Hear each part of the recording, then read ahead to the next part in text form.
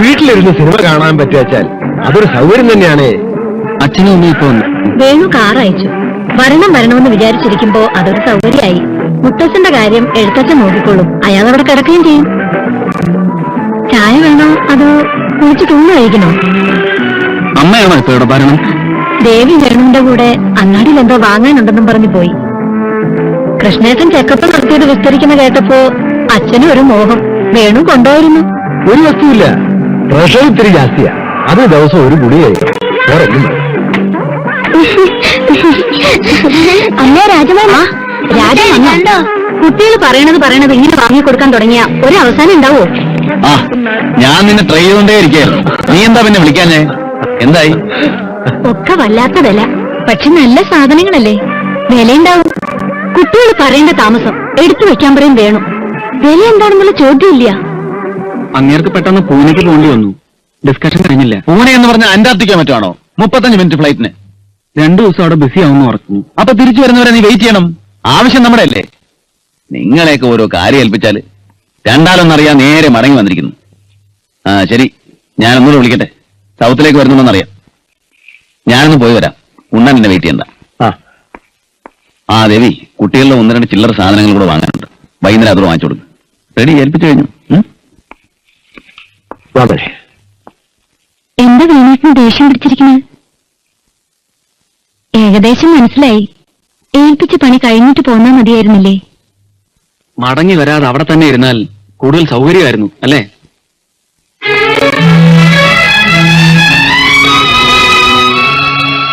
എന്താ? ഒന്നുമില്ല.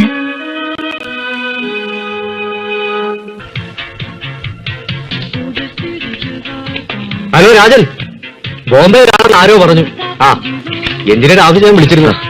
ഏത് ഗ്രൂപ്പായിട്ട് ഹോട്ടലിലെ ലിങ്കപ്പ് ഒന്നും നിശ്ചയിച്ചിട്ടില്ല. ആ രാജൻ, ഷോപ്പ് റൂംസ് വന്ന് എനിക്ക് വേണം. ഞാൻ ഇപ്പോഴേ ബുക്ക് ചെയ്യാണ്. വേണുവേട്ടനുമായിട്ട് സംസാരിക്കും. താൻ വലിയ മാനേജിംഗ് പാർട്ണറാണെന്നൊക്കെ പറഞ്ഞിട്ട് വിരൽ വെച്ച സ്ഥലത്തെല്ലാം ഒപ്പിട്ട് കൊടുക്കും. അല്ലേടൂ, എന്ത് പാർട്ണറാടൂ താൻ? മുതലാളിക്ക് ഒരു ഫോണുണ്ട്. എനിക്കോ? അല്ല, രാജൻ മുതലാളിക്ക്. താൻ എന്നാടൂ മുതലാളിയായത്? എന്താ ആവും പാടില്ലെന്നുണ്ടോ?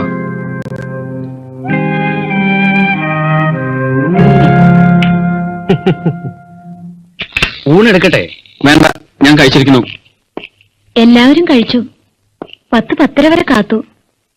ഓഫീസിൽ വിളിച്ചപ്പോ വൈകുന്നേരം വന്നില്ല എന്ന് വേണുവേട്ടൻ പറഞ്ഞു. ഞാനൊരു വീട് അറേഞ്ച് ചെയ്യാൻ നടക്കുകയായിരുന്നു. കണ്ടു, ഉറപ്പിച്ചു. ആർക്കാ വീട്? നമുക്ക്. പിന്നല്ലാതെ ആർക്ക്? എന്നും ഇവിടെ തന്നെ കൂടാന്നാണോ വിചാരിച്ചത്? എന്ന് അങ്ങനെ വേണുവേട്ടൻ പറഞ്ഞു. പറയണോ? അതിനാരുടെയെങ്കിലും പെർമിഷൻ വാങ്ങണോ? എനിക്ക് എന്റേതെന്ന് പറയാനൊരു സ്ഥലം വേണം. തീരുമാനിച്ചു. അപ്പോ വേണുവേട്ടൻ ഇവിടെ ഒറ്റയ്ക്ക്? നീ ശുശ്രൂഷിക്കാൻ വരുന്നതിനും ഒറ്റയ്ക്കായിരുന്നില്ലേ?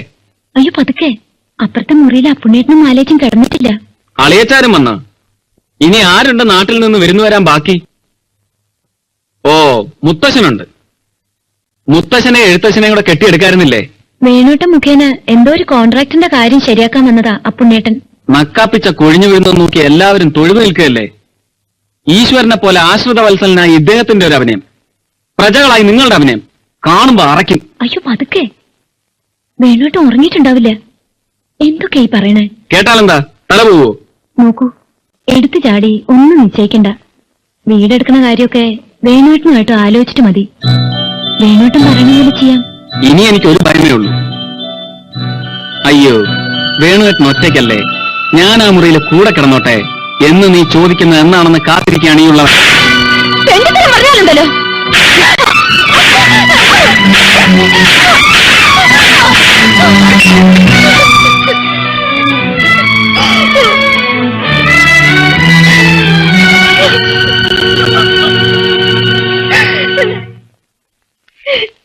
എന്താ എന്താ ബഹളം?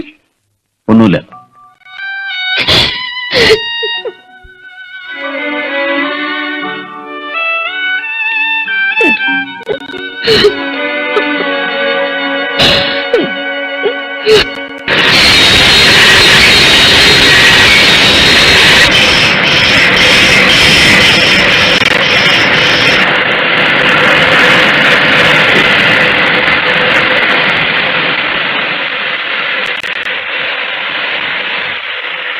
ശമ്പളം കൊടുക്കാനുള്ള എമൗണ്ടിന്റെ ചെക്ക് എഴുതിയില്ലേ രാജ? അക്കൗണ്ടന്റിവിടെ വിളിച്ചിരുന്നു. ശമ്പളക്കാര്യം തന്നെയാണ് എനിക്കും അറിയേണ്ടത്. എന്റെ ശമ്പളം എത്രയാണ്? രജിസ്റ്ററിലെ കണക്ക് നീ നോക്കണ്ട. ആവശ്യത്തിന് ഡ്രോ ചെയ്തോളാൻ ഞാൻ പറഞ്ഞിട്ടില്ലേ? വേറെ വല്ല ഹെഡിൽ നമ്മളത് പിന്നീട് അഡ്ജസ്റ്റ് ചെയ്യും. അങ്ങനെ ഒരു സിസ്റ്റം ഉണ്ടല്ലോ. ആ സിസ്റ്റം വേണ്ട. എന്റെ ഫിനാൻഷ്യൽ പൊസിഷൻ എനിക്ക് കൃത്യമായി അറിയണം. പണ്ട് കാരണവന്മാര് ഇത് വെച്ചോ എന്ന് പറഞ്ഞ് ചില്ലറക്കാശ് പോക്കറ്റിലിട്ട് വരുന്ന മാതിരിയുള്ള ഈ ഇടപാടുണ്ടല്ലോ, അത് വേണ്ട. പകല് ബാറിൽ പോകരുതെന്ന് ഞാൻ ഒരിക്കൽ നിന്നോട് പറഞ്ഞതാണ്. ഞാനൊരു വീടെടുത്തു. എത്ര ചെലവ് ചെയ്യാം, എന്ത് വരവുണ്ടാവും എന്നെനിക്ക് അറിഞ്ഞു വെക്കണമല്ലോ. ബുദ്ധിമുട്ട് വരില്ല, അതറിഞ്ഞാ പോരെ. ആ സൗകര്യത്തിനാണല്ലോ ലാഭത്തിലൊരു വിഹിതം, ഒരു പാർട്ട്ണർഷിപ്പ് നമ്മൾ ഉണ്ടാക്കിയത്. ഓ, പാർട്ട്ണർഷിപ്പ്. കൊട്ടിഘോഷിക്കാൻ ഒരു പാർട്ട്ണർഷിപ്പ്. മുതല് മുടക്കാതെ എനിക്ക് ഒരു വിഹിതവും ആരും ഓശാരം തരണ്ട. രാജമ്പോ, പണത്തിന് ബുദ്ധിമുട്ട് വരാതെ ഞാൻ നോക്കിക്കൊള്ളാന്ന് പറഞ്ഞില്ലേ? ഒറ്റയ്ക്കൊരു വീടെടുത്ത് താമസിക്കുന്നതും നല്ലത്. അതാണ് സൗകര്യം. മാറിക്കോ. നമ്മുടെ ഗസ്റ്റ് ഹൗസില്ലേ, വാടകയുടെ പ്രശ്നവും വരുന്നില്ല. ദാനം വേണ്ട, ഞാൻ പറഞ്ഞില്ലേ. Raja, you are part of the show. Part of the show, benami partner. ഇപ്പൊ ആളുകൾ പറയുന്നത്. രാജ, ലഹരി ഇറങ്ങിയിട്ട് നമുക്ക് മനസ്സിലാക്കാം. ഇപ്പൊ നീ വീട്ടിൽ പോ. ജോലിക്കാരൻ നീ ഫോണിൽ കാണണ്ട. പോ.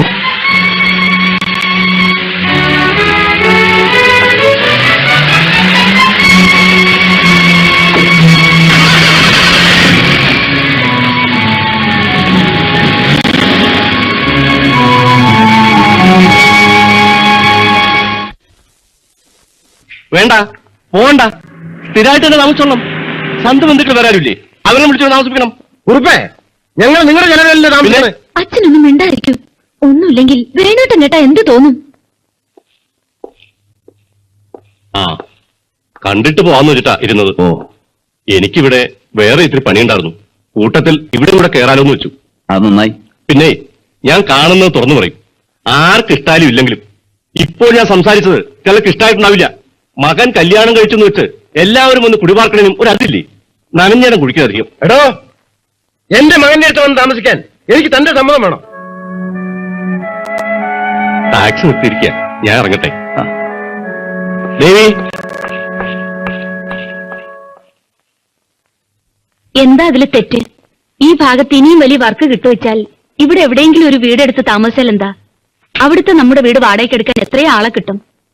കുട്ടികളുടെ പഠിപ്പോ 5000 10,000 കൊടുത്താ ഇവിടെ അഡ്മിഷൻ കിട്ടില്ല, അതറിയോ? അതൊക്കെ വേണു ഒരു വാക്ക് പറഞ്ഞാൽ കിട്ടുന്നേ. ആഴ്ചയിൽ 2-3 തവണ ഇങ്ങോട്ട് വന്നു പോവാൻ തന്നെ എന്ത് ചെലവ് വരും? അത് കൂട്ടുമ്പോഴോ? നിനക്ക് എന്തിന്റെ പ്രാന്താ?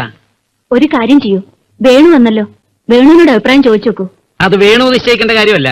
കഷ്ടപ്പെട്ടൊരു വീടുണ്ടാക്കിയിട്ട് അത് വാടകയ്ക്ക് കൊടുത്ത നല്ലത് പറഞ്ഞ പണ്ട് നിങ്ങൾ കേക്കില്ല.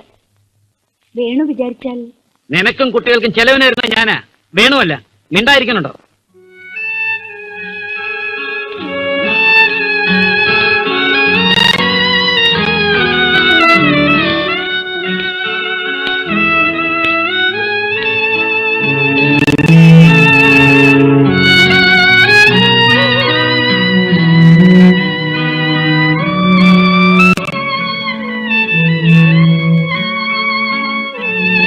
നാളെ വീട് മാറുമെന്ന് പറഞ്ഞിട്ടാ പോയത്.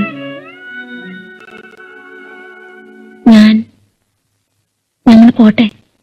പോവാം, എല്ലാവർക്കും പോവാം. പോണം. ഇരുന്ന് കഴിഞ്ഞു. എല്ലാവരും ഉടൻ സ്ഥലം വിടണം. Get out. Every one of you get out.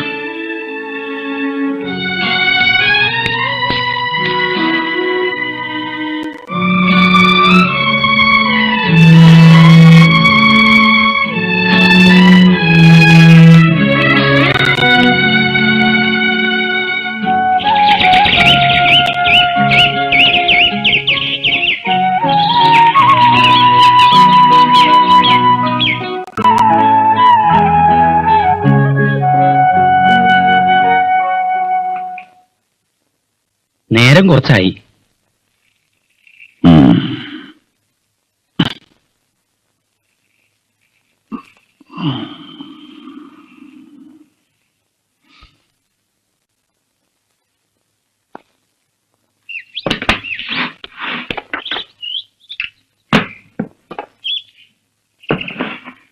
ഇറങ്ങുകയാണ്. ഞാൻ പറഞ്ഞത് അത്ഭുതമില്ല. എനിക്കതിൽ വിഷമം തോന്നുന്നില്ല എന്ന് പറഞ്ഞുകൂടാ. പക്ഷെ അത്ഭുതമല്ല. ഇറങ്ങട്ടെ, അത് സാരാക്കണില്ല. ഞാൻ ഇടയ്ക്കൊന്ന് കാണാം.